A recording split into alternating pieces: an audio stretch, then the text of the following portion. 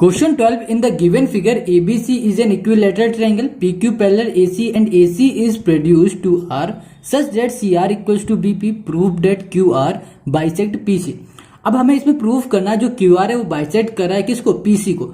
P ये C ये और ये हमारा क्या QR बाइसेक्ट कर रहा है PC को. मतलब क्या हो रहा है कि जो हमारी ये वाली साइड P से लेकर M तक ये और M से लेकर C तक ये दोनों साइड आपस में इक्वल है. मतलब ये पूरी एक लाइन है सपोज और उसको बीच से कोई लाइन काट रही है तो उसे क्या हो रहा है इक्वली पार्ट में क्या कर रही है कट कर रही है. ठीक है, इतना क्लियर है.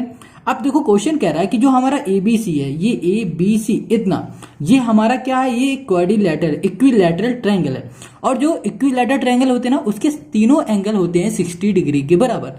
मतलब ये वाला एंगल 60 होगा, ये भी 60 होगा और ये भी होगा 60. इसका मतलब 1 2 3 ये तीनों एंगल आपस में इक्वल होंगे. ठीक है, इतनी बात क्लियर है. अब यहाँ पर PQ पैरेलल है AC, ये PQ है हमारे पास. ठीक है, ये PQ पैरेलल है किससे? AC से. ये दोनों आपस में पैरेलल है और ये हमारी ट्रांसवर्सल लाइन है.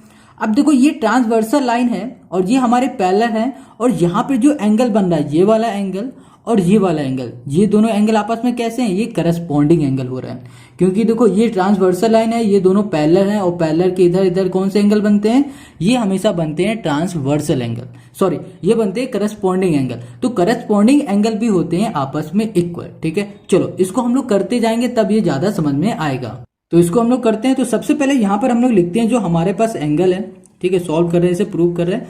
तो देखो यहाँ पर जो एंगल A है ये B है ये C है. ये क्या था हमारा इक्विलैटरल ट्रायंगल. तो इक्विलैटरल ट्रायंगल क्या होते हैं? आपस में इक्वल है. तो हम लोग यहाँ लिख सकते हैं एंगल A और लिख सकते हैं equals to angle B equals to हमने लिख दिया एंगल C. ठीक है, इक्वल्स टू है ये 60 डिग्री. क्यों है? क्योंकि ये इक्विलैटरल ट्रायंगल है. तो ये हो गया हमारे तीनों आपस में इक्वल. ठीक है, अब देखो जब ये इक्वल हो गया और ये भी हमारा देखो 60 है. हमने अभी बताया ये वाला एंगल और ये वाला एंगल ये दोनों एंगल आपस में क्या है? ये है करस्पॉन्डिंग. तो हम लोग लिखेंगे यहाँ पर जो PQ है पैरेलल है AC का. सो जो हमारे पास एंगल बन रहा है एंगल C. ठीक है, या फिर बोलो एंगल P, यहाँ पर B लिखो या फिर C लिख दो एक ही बात है. और यहाँ पर कर देंगे एंगल C. ये दोनों भी आपस में क्या हो जाएंगे? इक्वल हो जाएंगे. तो यहाँ पर लिख सकते हैं ये भी 60 के हो रहे हैं और ये भी क्या है हमारे इक्वल है. और इसका रीजन देंगे क्यों इक्वल है. तो यहाँ पर लिखना पड़ेगा करस्पॉन्डिंग एंगल. ठीक है, करस्पॉन्डिंग एंगल.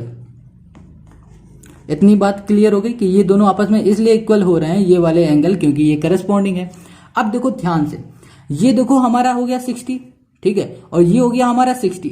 ये 60 है ये 60 है और ये भी हो जाएगा हमारा 60. देखो अगर इस ट्रायंगल की हम लोग बात करते हैं सिर्फ इतने ट्रायंगल की तो ये जो ट्रायंगल होता है वो होता है 180 डिग्री का. मतलब इसके अंदर जो एंगल होते हैं उन सभी का सम होता है 180 डिग्री का. देखो 60 प्लस 60 क्या हो गया? 120 हो गया. 120 में 60 ऐड कर दो तो क्या हो जाएगा? हो जाएगा 180. तो इसका मतलब ये हो रहा है कि इसके ये तीनों जो एंगल हैं वो भी हैं 60 डिग्री के. ठीक है, तो इसका मतलब ये हो रहा है जो हमारे पास साइड है PQ. देखो यहाँ पर हमने लिख दिया PQ. ओके, या फिर लिखो QP इक्वल्स टू हो जाएगा किसके? BP के. अब यहाँ पर देखो यहाँ पर BP भी बराबर था किसके? CR के. मतलब ये साइड बराबर थी किसके? BP के. और BP हमारे पास ये है मतलब ये और ये आपस में क्या था हमारे इक्वल है. तो यहाँ पर हम लोग लिख सकते हैं PQ इक्वल्स टू BP और BP इक्वल्स टू CR. कोई डाउट है इसमें? नहीं है तो फिर से देखो. अरे है डाउट तो फिर से देखो, नहीं है तो कोई बात नहीं, तब भी अच्छे समझ लो. देखो यहाँ पर हमने अभी देखा कि यहाँ पर ये तीनों हमारे कैसे थे? ये थे हमारे 60 डिग्री के. तो हमने देखा ये साइड आपस में इक्वल हो रही है. अब क्वेश्चन ने कहा है जो हमारे पास BP और CR है ये BP है और जो CR है ये भी आपस में क्या इक्वल है. तो हमने यहाँ पर इसको ऐसे लिख दिया, कोई दिक्कत नहीं. मतलब ये जो हमारी PC है इसको बाइसेक्ट कर रही QR. ये हमको क्या करना था? प्रूफ करना था. इसके लिए हम लोग क्या करेंगे? हम लोग लेंगे ये वाला ट्रायंगल. ठीक है, ये वाला ट्रायंगल ले लेंगे और ये वाला ट्रायंगल लेंगे. तो ये वाले ट्रायंगल और इस वाले ट्रायंगल को हमें प्रूव करना पड़ेगा कॉन्ग्रुएंट. जब ये कॉन्ग्रुएंट प्रूफ हो जाएंगे तो ये हमारी साइड भी आपस में क्या हो जाएगी? इक्वल हो जाएगी. तो ये हमारा बाइसेक्ट भी हो जाएगा. देखो करते जाएंगे तब समझ में आएगा. तो सबसे पहले हमने यहाँ पर ले लिया ये वाला ट्रायंगल. ये हमारे पास जो ट्रायंगल है इन ट्रायंगल ले लिया हमने PMQ. ठीक है, देखो ये P है ये M है ये Q है. अब हम लोग ट्रायंगल लेंगे CMR. ये C ये M ये R. ठीक है, ये दोनों हम ट्रायंगल ले रहे हैं. तो PMQ यहाँ पर कर दिया और यहाँ कर दिया एंड जो हमारे पास दूसरा ट्रायंगल है वो है हमारे पास CMR. ये दोनों ट्रायंगल है. अब देखो PMQ और CMR में क्या क्या चीज कॉमन है. तो सबसे पहले हमने ये देखा कि ये वाला एंगल और ये वाला एंगल ये दोनों एंगल आपस में कैसे हैं, ये दोनों है वर्टिकली अपोजिट एंगल हैं। तो वर्टिकली अपोजिट एंगल आपस में इक्वल होते हैं। तो हम लोग यहाँ लिखेंगे जो हमारे पास एंगल है P M Q equal to जो दूसरा एंगल है वो हमारे पास है आर एम सी। ये आपस में इक्वल इसलिए हो रहे हैं क्योंकि ये है वर्टिकली अपोजिट एंगल। इतनी बात क्लियर हो गई। अब आगे देखो यहाँ पर जो एंगल हमारे पास क्यू पी एम, देखो ये क्यू है, ये पी है, ये है एम, ये वाला एंगल, ठीक है, और एम सी आर, और ये है एम, ये है सी, ये है आर, ये वाला एंगल, ये भी आपस में क्या है, इक्वल हो रहा है। क्यों इक्वल हो रहे हैं भाई? क्योंकि ये है हमारे अल्टरनेट एंगल। अल्टरनेट एंगल है, देखो अल्टरनेट एंगल कैसे बन रहा है, ये हमारा है एक पी क्यू, ठीक है, ये पैरेलल है किसके, एसी के, तो ये हमारी क्या होगी, ट्रांसवर्सल लाइन। अब ट्रांसवर्सल लाइन ये है और ये हमारा एंगल है, ये दोनों एंगल हमारे क्या हो जाएंगे, फिर ये हो जाएंगे अल्टरनेट। तो हम लोग यहाँ पर लिखेंगे जो हमारे पास एंगल है ये Q, ये हो जाएगा P, ये M इक्वल्स टू हो जाएगा MCR, MCR ये हो जाएगा हमारे पास अल्टरनेट एंगल, अल्टरनेट एंगल हो जाएगा। क्लियर हो गया इतनी बात? अब देखो ये हमारा वर्टिकली अपोजिट एंगल है, ये हमारा अल्टरनेट एंगल हो गया। अब हमें एक चीज दिख रही है यहाँ पर जो है PQ और CR, ये है PQ और ये है CR, ये आपस में क्या है, इक्वल है, ठीक है। तो हमने अभी क्या किया हुआ है, यहाँ पर प्रूफ भी किया, देखो ये PQ है और ये CR, ये भी क्या आपस में इक्वल है। तो हम लोग यहाँ लिख सकते हैं PQ equals to CR। Okay, इतनी बात क्लियर हो गई।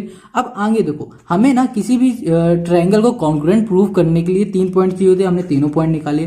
तो हम लोग यहाँ पर लिख सकते हैं जो ट्रायंगल PMQ है वो हमारा कॉन्ग्रुएंट है ट्रायंगल CMR के। तो हम लोग यहाँ पर लिख देंगे किस रूल से हो रहा है, ये हो रहा है एंगल, एंगल साइड से। तो यहाँ लिखा एंगल, ये कर दिया एंगल, और ये हो गया हमारे पास साइड, ठीक है। इतनी बात क्लियर हो गई। अब देखो जब ये दोनों हमारे हो गए कॉन्ग्रुएंट प्रूफ, तो इसका मतलब ये हो रहा है इसकी सारी साइड है और इसके सारे एंगल के हो रहे आपस में इक्वल हो रहे, और हमें क्या बताना, जो QR है वो बराबर था PC के, ठीक है। देखो ये जो हमारे पास PM है वो क्या है, साइड है इस वाले ट्रायंगल का, और जो MC है ये वाले साइड है इस वाले ट्रायंगल का, तो ये दोनों साइड भी आपस में इक्वल होगी। तो हम लोग यहाँ पर लिख सकते हैं कि जो हमारे पास PM है वो इक्वल हो जाएगा MC के, ठीक है, और यहाँ पर रीजन लिखेंगे CPCT। इतनी बात क्लियर है। जब ये दोनों आपस में इक्वल है इसका मतलब यही हो रहा है कि ये वाली जो लाइन है ये बाइसेक्ट कर रही है इन दोनों को। तो हम लोग यहाँ पर लिख सकते हैं जो हमारे पास आ रहा है कौन सी लाइन है, QR, यहाँ पर लिखेंगे QR बाइसेक्ट PC। बस ये हो गया हमारे पास क्वेश्चन 12 का solution. 13 in the given figure ABCD is a quadrilateral in which AB parallel CD and P is the midpoint of BC. On producing AP and DC meet at Q, proved that AB equals to CQ. Second है DQ equals to DC plus AB। देखो बहुत easy question है, हमें सबसे पहले क्या करना है, इसको और इसको इक्वल क्या करना, प्रूफ करना है, ठीक है। देखो ये वाला हमारा है इस वाले ट्रायंगल में और ये वाला है हमारा इस वाले ट्रायंगल में।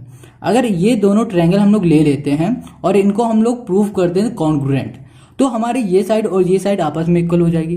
तो सबसे पहले हम लोग क्या करेंगे, ये वाला और ये वाला इन दोनों को ले लेंगे हम लोग ट्रायंगल को, ठीक है। तो यहाँ पर लिखेंगे इन ट्रायंगल, तो यहाँ लिखते हैं इन ट्रायंगल हो जाएगा।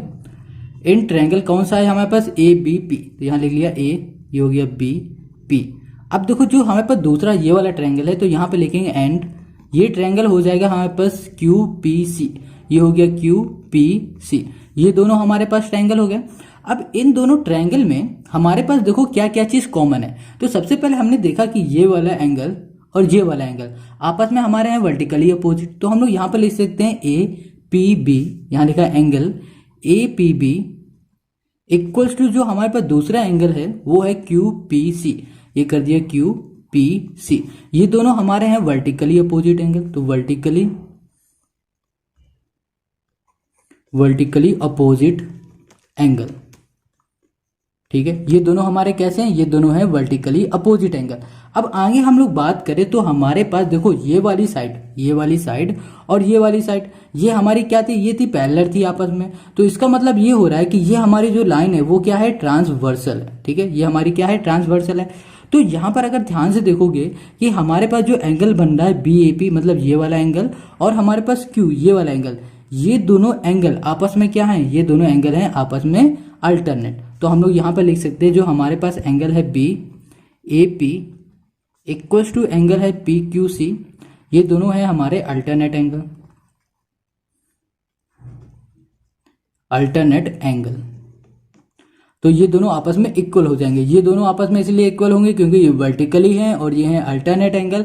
अब देखो इन दोनों में क्या चीज कॉमन है। अगर देखो यहाँ पर है हमारे पास पी बी, देखो यहाँ पर है क्या हमारे पास पी और ये है बी, ये वाली साइड, और हमारे पास है पी सी ये वाली साइड, ये आपस में क्या हो जाएगी हमारी इक्वल हो जाएगी। अब ये इक्वल क्यों हो जाएगी ये समझो। यहाँ पर देखो क्वेश्चन कह रहा था कि जो हमारा पी है, P is the mid point of B C. देखो जो ये बी सी है ये पूरी एक लाइन है, अब इसके बीच में एक पॉइंट आ रहा है पी, उस पॉइंट ने क्या किया ये वाला पार्ट और ये वाला पार्ट आपस में इक्वली डिवाइड कर दिया। इक्वल डिवाइड कर दिया तो इसका मतलब ये हो जाएगा जितना बड़ा हमारा बीपी होगा उतना बड़ा हमारे पास पीसी हो जाएगा। तो बीपी इक्वल्स टू हमने लिख दिया पीसी, ठीक है, इतना क्लियर है। अब देखो कॉन्ग्रुएंट प्रूफ करने के लिए हमारे पास 3 पॉइंट होने चाहिए, तो हमने 3 पॉइंट निकाले। तो हम लोग यहाँ पे लिखेंगे triangle A B P congruent triangle हो जाएगा हमारे पास क्यू पी सी। अब देखो ये कॉन्ग्रुएंट हो गया, किस रूल से हो रहा है, ये एंगल साइड से हो रहा है, तो यहाँ पे लिखा एंगल, ये हो गया एंगल, ये हो गया साइड। तो ये हमने कॉन्ग्रुएंट प्रूफ कर लिया। कॉन्ग्रुएंट प्रूफ करने का फायदा ये हो गया कि हमारे पास इन दोनों ट्रायंगल में है ना जितने भी एंगल और जितने भी साइड है वो आपस में इक्वल हो गए। हमें क्या चाहिए थे, हमें चाहिए था ए बी साइड, तो ए बी हमारी ये साइड है और सी क्यू हमारी ये साइड है, तो ये वाली साइड भी हो गई हमारी आपस में इक्वल। तो हम लोग यहाँ पर लिख सकते हैं कि A B equals to C Q आपस में इक्वल हो रही, किस वजह से हो रही, यहाँ पे लिख देंगे सी पी सी टी। बस ये हो गया पहले का सोल्यूशन। अब हमें क्या करना है, हमें इसको सॉल्व करना है। तो ये तो बहुत ज्यादा इजी हो गया। देखो यहाँ पर हो गया ये हमारा फर्स्ट इक्वेशन। अब यहाँ पर क्वेश्चन कह रहा है कि जो हमारा डी क्यू है, देखो यहाँ पर क्या है डी, ये है क्यू, इक्वल है किसका, equal D C plus A B, इन दोनों के बराबर है ये।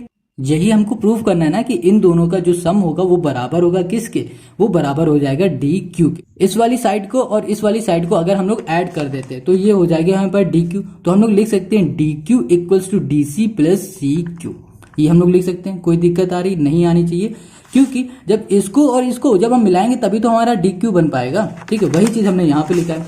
अब देखो जो हमारा सी क्यू था, सी क्यू किसके बराबर था, ए बी के, तो हम लोग यहाँ पर लिख सकते हैं D Q equals to D C, ठीक है, प्लस यहाँ पर सी क्यू की जगह लिख दिया ए बी। ये हो गया हमारा ए बी और ये हो गया क्वेश्चन का सेकंड का सोल्यूशन।